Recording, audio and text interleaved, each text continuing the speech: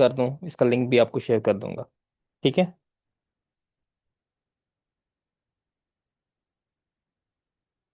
Okay, आवाज आ रही है? Okay sir. जी हाँ जी। ओके जी। यस। बिस्मिल्लाहिर्रहमानिर्रहीम। हमने रेडियो एक्टिविटी स्टार्ट की हुई थी, ठीक है। तो हमने कहा था कि जो अनस्टेबल न्यूक्लाई होता है वो हमारे पास undergoes different, you can say, decaying process अपने आप को स्टेबल करने के लिए। ठीक है। तो हमने कहा that is called radio activity. It should be, हमने कहा, या अल्फा डिके हो सकता है, ठीक है, या बीटा डिके होता है, या बीटा में आगे दो था, beta positive beta negative, electron capture फिर है, गैमा डिके है। ठीक है, ये सारी चीजें जो हमने डिस्कस कर ली हैं, ये हमने रेट लॉ भी डिस्कस कर लिया था। अब दो चीजें आती हैं। एक हमारे पास है नेचुरल रेडियो एक्टिविटी, ठीक है, जो कि एक स्पॉन्टेनियस प्रोसेस होता है। ठीक है।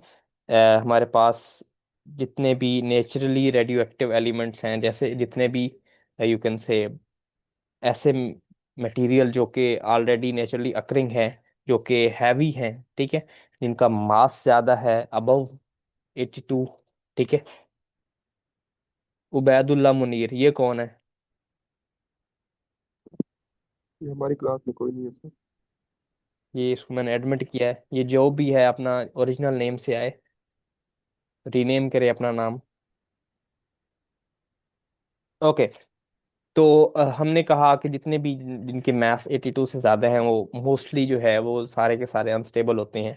तो वो they undergo radioactive decay naturally. ठीक है। तो उनके अंदर एक स्पॉन्टेनियस फिनोमेना होता है कि वो अपने आप को जो है वो स्टेबल करने के लिए क्या करते हैं, रेडियो एक्टिव डिके की तरफ जाते हैं।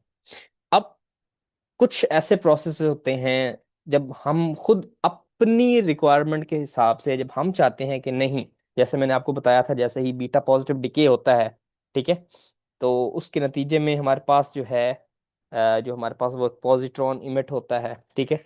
तो उसकी एप्लीकेशन मैंने आगे आपको बताई थी, पेट बताई थी ना, पॉजिट्रॉन इमिशन टोमोग्राफी। ठीक है। Yes sir. जी ठीक है। सर। और इसके अलावा जब हमने कहा था इलेक्ट्रॉन कैप्चर होता है तो उसके नतीजे में एक्सरेज प्रोड्यूस होती हैं। ठीक है। तो एक्सरेज की भी अपनी एप्लीकेशंस हैं। ठीक है। तो अब हम अपने फायदे के लिए, जब हमें लगे कि नहीं अभी हम जरूरत है, जैसे अब हमने एक्सरेज का फिनोमेना करना है, एक्सरे करना है, ठीक है, एक्सरेज हमें रिक्वायर्ड है, तो हम अब नेचुरली वेट तो नहीं कर सकते कि वो जो नेचुरली हमारे पास डिके हो रहा होगा तो उसके नतीजे में जब हमारे पास एक्सरेज बनेगी तो बनेगी नहीं। हमें फौरी तौर पे एक्सरेज की जरूरत पड़ सकती है, या हमें कमर्शियली उसको ज्यादा मिकदार में हमें एक्सरेज चाहिए होती हैं। तो उस वक्त हम नेचुरल प्रोसेस का वेट नहीं करते। उस वक्त हम क्या करते हैं, किसी भी एक स्टेबल एलिमेंट के अंदर, एक स्टेबल एटम के अंदर क्या करते हैं, जो हमारे पास रेडियो एक्टिविटी का फिनोमेना है वो इंड्यूस करवाते हैं। तो हम फर्स्ट ऑफ ऑल क्या करते हैं, हम उस जो हमारे पास जो है यू कैन से उस मटेरियल को हम क्या करते हैं, डिफरेंट प्रोसेस के through first of all unstable करते हैं। जैसे हमारे पास यहाँ पे एग्जांपल आपको ये नजर आ रही है,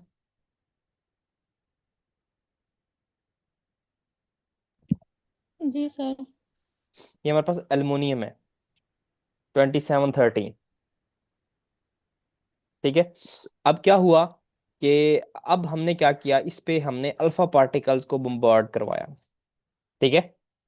ये हमारे पास अल्फा पार्टिकल्स हैं, हीलियम। ठीक है। जब इसको हमने इस पे बम्बार्ड करवाया तो ये हमारे पास जो पहले था aluminium 2713, it's a stable element, ये हमारे पास स्टेबल है। जैसे ही हमने इस पे अल्फा पार्टिकल्स की बम्बार्डमेंट की तो हुआ क्या, it converted into P3015, phosphorus 30 में कन्वर्ट हो गया। अब ये जो फॉस्फोरस 30 जो है, ये हमारे पास क्या है, अनस्टेबल। ये क्या है, अनस्टेबल। तो इट अंडरगोज,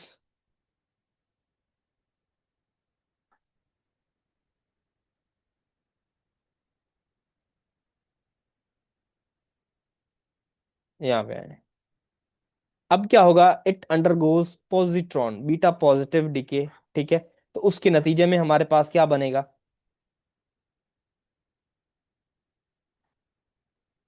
सिलिकॉन 30। ठीक है।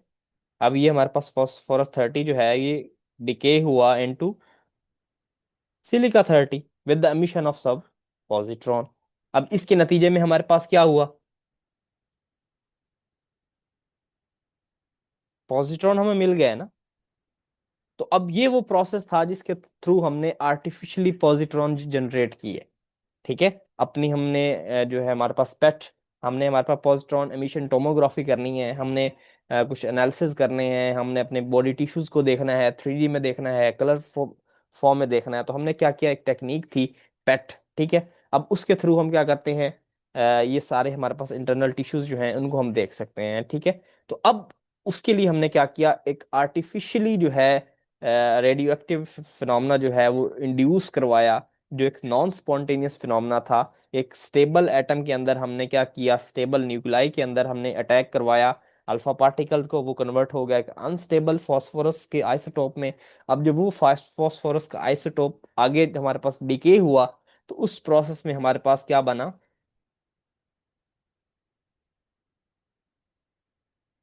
सिलिका बना। ठीक है। सिलिकॉन हमारे पास आया और साथ एक पॉजिट्रॉन जो है वो इमिट हुआ।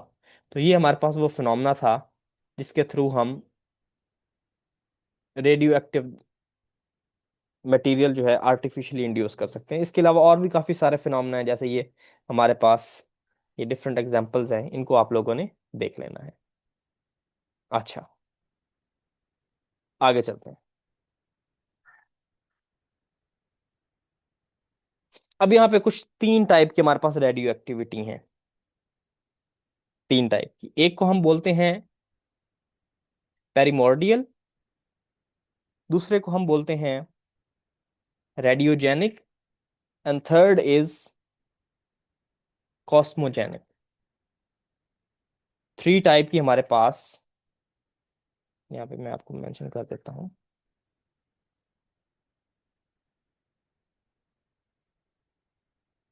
एक हमारे पास क्या है, PRIMOR,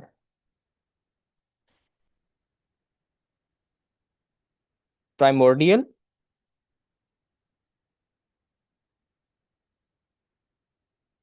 सेकेंडली हमारे पास होती है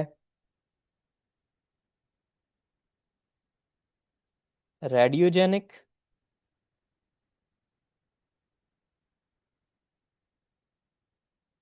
एंड थर्ड हमारे पास होती है कॉस्मोजेनिक।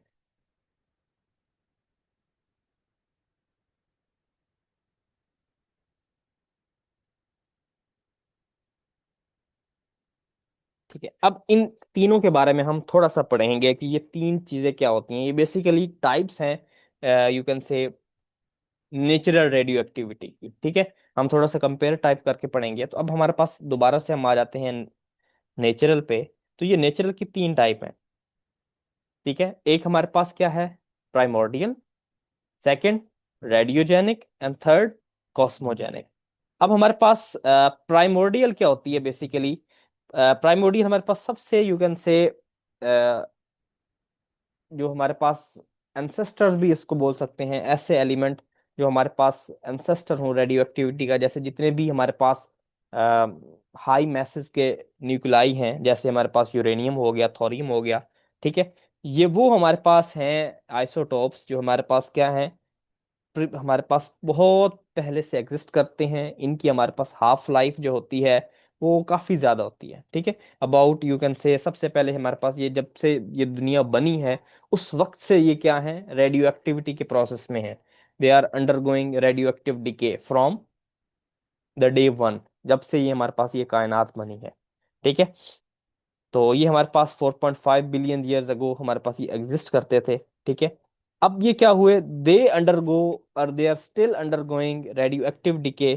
ठीक है। By shedding their masses, by undergoing alpha decay. ठीक है। ये वो अपना मैस शेड करते हैं। ठीक है। और यू कैन से दे कैन समहाउ, जब हमारे पास वो एक रे में आते हैं, एक अरेंजमेंट में आते हैं, तो ये हमारे पास एक चेन रिएक्शन देते हैं। ठीक है।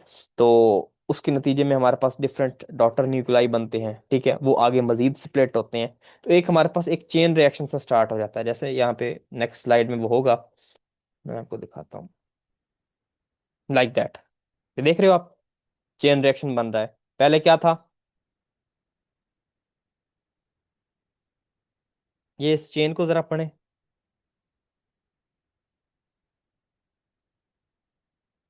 सो गए हो या सुन रहे हो?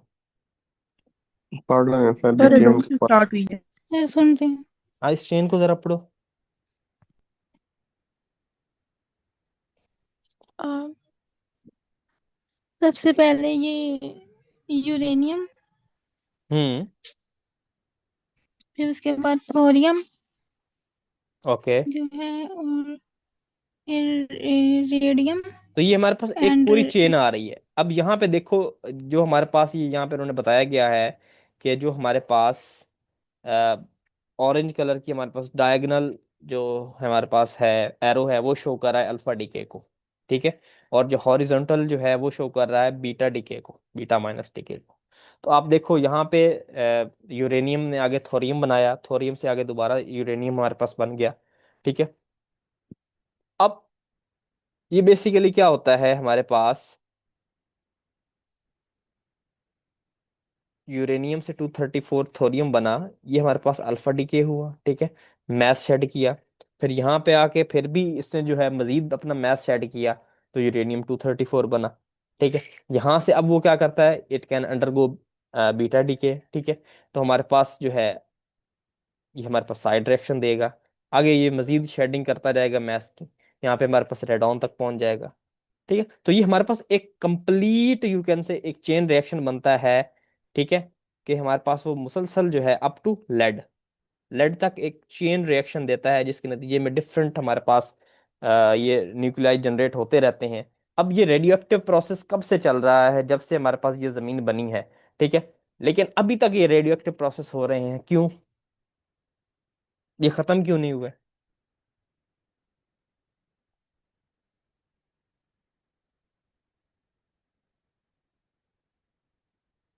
सर हाफ लाइफ बहुत ज्यादा है। इनकी हाफ लाइफ बहुत ज्यादा है।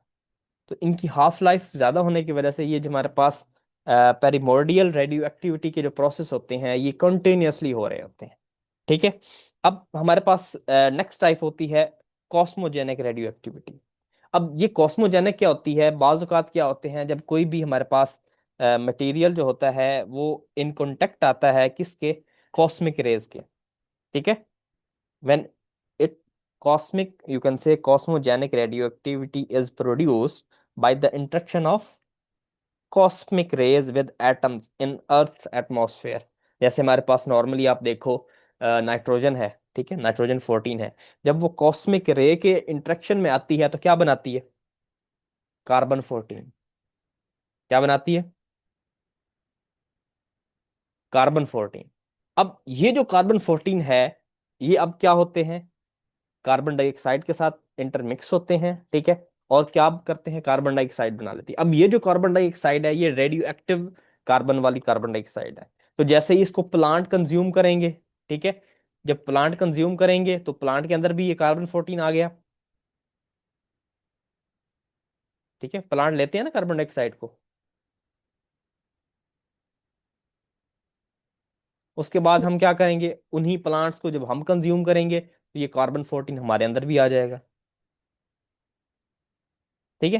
तो अब ये कार्बन 14 हमारे अंदर आ गया, that is produced by cosmogenic radio activity.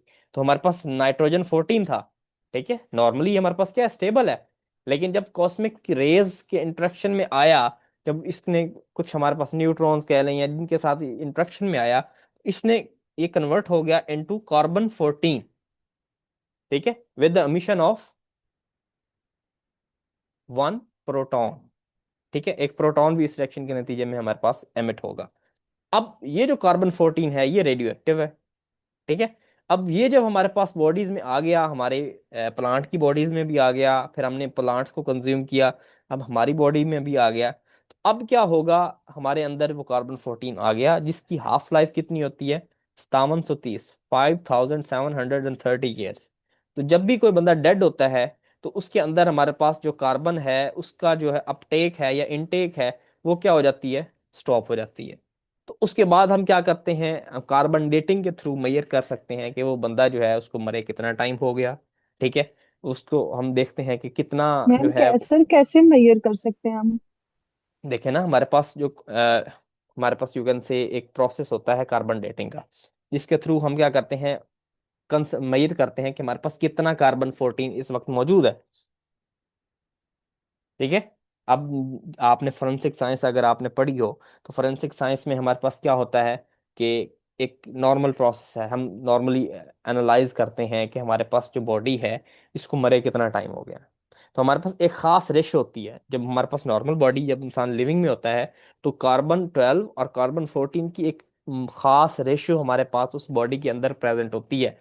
उस रेशो से ज्यादा या कम नहीं हो सकती कार्बन 14। जैसे ही इंसान या पौधा जो है वो डेड हो जाता है, उसकी जो हमारे पास इनटेक है कार्बन 14 की, वो क्या हो जाती है, स्टॉप हो जाती है। अब कार्बन 12 तो हमारे पास क्या है, स्टेबल है। ठीक है, उसने डिके नहीं होना। लेकिन हमारे पास जो कार्बन 14 है, क्योंकि वो रेडियो एक्टिव है, तो वो क्या होगा, it undergoes radioactive decay. जब वो रेडियो एक्टिव डिके की तरफ जाएगा, तो कार्बन डाइऑक्साइड की कंसंट्रेशन तो वही रहेगी, लेकिन कार्बन 14 जब रेडियो एक्टिव डिके के थ्रू हमारे पास जो है आगे मूव करेगा, तो उसकी जो प्रपोर्शन है, उसकी हमारे पास जो यू कैन से क्वांटिटी है, वो बॉडी के अंदर ऐसा ऐसा कम होनी शुरू हो जाएगी। अब वो जो रेशो है कार्बन 12 और कार्बन 14 की, वो बॉडी के अंदर बैलेंस नहीं रहती। तो जितना चेंज कार्बन 12 और कार्बन 14 की जो हमारे पास रेशो में आता है किसी बॉडी के अंदर, उस लिहाज से हम अंदाजा लगाते हैं कि हमारे पास इतने परसेंट कार्बन 14 कंज्यूम हो चुकी है, डिके हो चुकी है। तो उसको हम आगे कैलकुलेट करते हैं इनटू कि हमारे पास जो बॉडी है उसको कितना टाइम हो गया हुआ है मरे। Is it clear? Yes sir. ठीक है, बाकी आप इसको मजीद सर्च कर सकते हो इससे रिलेटेड, कि हमारे पास ये यू कैन से क्या है, क्या चीज़ है, क्या चीज़ नहीं है, कार्बन 14 इसका प्रोसेस होता कैसे है। तो फोरेंसिक के लिए आप इसको जो है एनालाइज कर सकते हो। अच्छा, मैं सोच रहा था कि आप लोगों को ना अ, इस ऑनलाइन ड्यूरेशन के दौरान प्रेजेंटेशन अभी दे दूं, ताकि आप ईद के बाद जो है वो प्रेजेंटेशन दें। तो ये ऑनलाइन के थ्रू हमारे पास ये प्रेजेंटेशन ठीक है, या हम जो है यू कैन से फिजिकली अरेंज करें इनको, या फिजिकल क्लासेस होंगी उस वक्त प्रेजेंटेशन लें। ये सर फिजिकल क्लासेस में ठीक है ना, अभी ईद के बाद तो पेपर भी देना, अभी हमारा पेपर भी रहते हैं। ओके। सर ऑनलाइन ठीक है। हेलो, तो ज़्यादा आ गया। सर प्रेजेंटेशन का तो फिजिकली पता आप चलता चलें है वो ना कि ग्रुप में बंदा उसको कैसे डिस्कस कर प्रेजेंट लेते हैं, कर अभी रहा हमारे है। पास टाइम थोड़ा है, तो इसको हम थोड़ा सा वाइंड अप करते हैं। अच्छा, अब सेकंड हमारे पास चीज यहाँ पे एक आ रही थी, हमने देखा है कि natural radioactive decay contribute significantly to earth internal heat budget. ठीक है, अब जो मैंने पहले आपको टाइप बताई थी, प्राइमोर्डियल हमारे पास रेडियो एक्टिविटी जो हमारे पास जब से ये जमीन बनी है तब से चल रही है, तो जमीन के अंदर भी कुछ हमारे पास रेडियो एक्टिव मटेरियल होंगे। जितनी भी हमारे पास ये मेटल हैं, ये हमारे पास जितने भी यूरेनियम हो गया, थोरियम हो गया, जमीन के अंदर जो है यू कैन से अर्थ कोर भी ये प्रेजेंट होते हैं। ठीक है। तो अब क्या होता है हमारे पास, वो कह रहे हैं कि हमारे पास natural radioactive decay contribute significantly to earth internal heat budget. जो जमीन का जो टेम्परेचर है, उसका जो हमारे पास जो टेम्परेचर, इतना हाई टेम्परेचर है जमीन का, कोर का, उसके अंदर वो कहते हैं जो मेन रीजन है वो इन रेडियो एक्टिव डिके भी है। ठीक है। Driving plate tectonics and geological processes. अब दो टर्म्स हैं, ये बेसिकली जियोलॉजिकल प्रोसेसेस में ही आती है, प्लेट टेक्टोनिक्स। अब प्लेट टेक्टोनिक्स के बारे में कोई जानता है?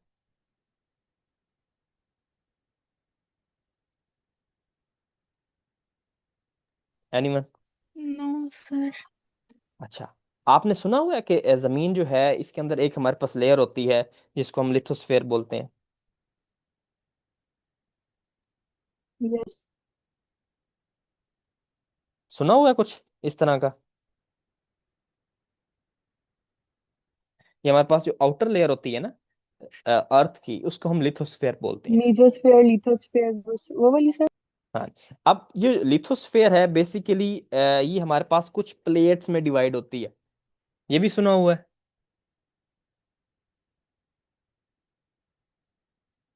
प्लेट्स के बारे में सुना हुआ है, अर्थ की प्लेट्स। अर्थ के अंदर कुछ हमारे पास यस सर। प्लेट्स होती हैं, ठीक है, जो हमारे यस पास सर, लेयर्स हाँ, होती हैं। मेंटल मेंटल के ऊपर जो है वो मूव कर रही होती है। मेंटल हमारे पास एक सेमी लिक्विड टाइप मटेरियल होता है, सेमी फ्लूइड मटेरियल होता है। यस सर, इधर मैग्मा होता है। यस, मैग्मा यू कैन से वो वोल्केनिक इरप्शन में होता है। तो हमारे पास कुछ जियोलॉजिकल हमारे पास प्रोसेस होते हैं। एक हमारे पास होते हैं एक्सोजेनिक, एक होते हैं एंडोजेनिक, ठीक है। अब ये हमारे पास जो प्लेट टेक्टोनिक्स है, ये टाइप है हमारे पास एंडोजेनिक जियोलॉजिकल प्रोसेसेस, अंडोजन। ठीक है। हमारे पास क्या होता है, मेंटल होता है, सेमी फ्लूइड होता है, उसके ऊपर कुछ प्लेट्स जो होती हैं वो मूव कर रही होती हैं, ठीक है। अब ये जो प्लेट्स होती हैं, इनकी जो मूवमेंट होती है वो तीन टाइप की होती है। कितनी टाइप की होती है? Three types. एक मूवमेंट होती है उसको हम बोलते हैं कन्वर्जेंट। कन्वर्जेंट का मतलब क्या होता है?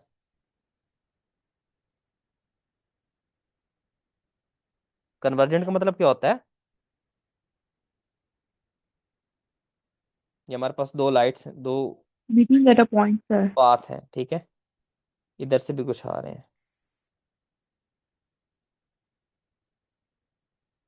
अगर ये आपस में आके एक जगह पे मिल रहे हैं, हमारे पास कोलाइड कर रहे हैं आपस में, तो इस मूवमेंट को हम बोलते हैं कन्वर्जेंट। कन्वर्ज हो रहे हैं, दे आके आपस में स्ट्राइक कर रहे हैं, मिल रहे हैं।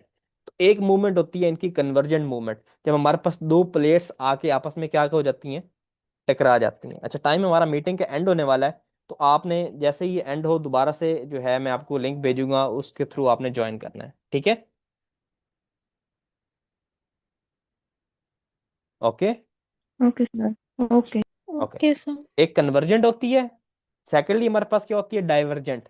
डाइवर्जेंट मतलब